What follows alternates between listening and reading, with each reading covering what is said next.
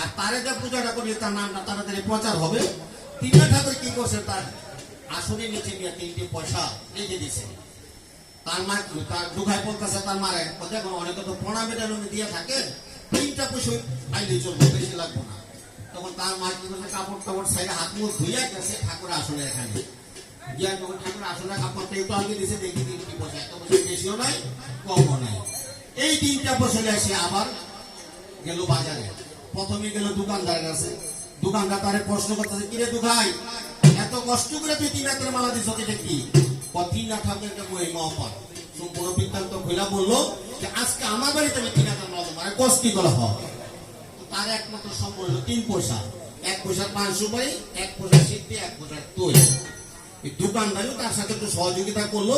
আর আসা যাওয়ার পথে যাই 2-4 ভক্তবৃন্দ পয়সা নিমন্ত্রণ করছে যে কি আজকে আমার বাড়িতে আমি 3 হাতের মালা দেবো, আপনারা সবাই যাবেন, আনন্দ কীর্তন করবেন, পান্তা মদ খাইবেন। সেদিন রাতে দুঘার বাড়িতে 3 হাতের মালা শুরু হইল।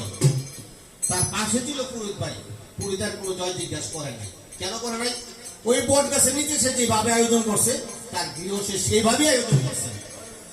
মানে 3 হাতে দুঃখ, তার কর্তায় কি করছে, লোক মুখে কেমনে কেমনে শুনছে যে তার যজমান দুঘার বাড়িতে 3 হাতের মালা দিতেছে।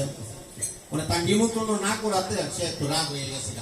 তার চাকর ছিল ফরাজদের নাম, ফরাজের এ ফরাজের দিঘা কি করতা, চল দুঘার বাড়িতে যাবো। আর এই ফরাজটা ছিল একটু পেটুক কিসিমের, যার বাড়িতে খাবার খাইতো ভালো খাইতো, তার বাড়িতে কর্তাকে যাওয়ার জন্য উৎসাহ প্রকাশ করতো। মানে দুঘার বাড়িতে গেলে কিন্তু এক কাপ চা দিয়েও জিজ্ঞেস করতো না। দীন দরিদ্র মানুষ, কোন রকম তার সংসার চলে। এখন বেশি কিছু না, বেশি কিছু গুলো আবার বেকালারি যদি পিঠা। আচ্ছা ঠিক আছে চলেন, গেছে দুঘার বাড়িতে গিয়া ঠিক দরজার সামনে করতে দাঁড়ায় দিছে।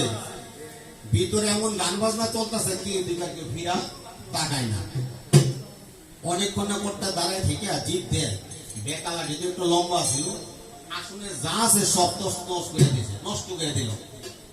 নষ্ট করে দিছে পরে তখন দুঘাই কর্তার আদর অভ্যর্থনা করতে কর্তা আইসেন মনে সেই না, তোর বাড়িতে আমি আইসা যে আদর অভ্যর্থনা পাইছি তাতে আমি সন্তুষ্ট, তোর বাড়িতে আমি 1 সেকেন্ডও বসবো না। এই কথা বইলা চাকর ফরাজদারে লইয়া সে রওনা দিছে বাড়িতে। এদিকটা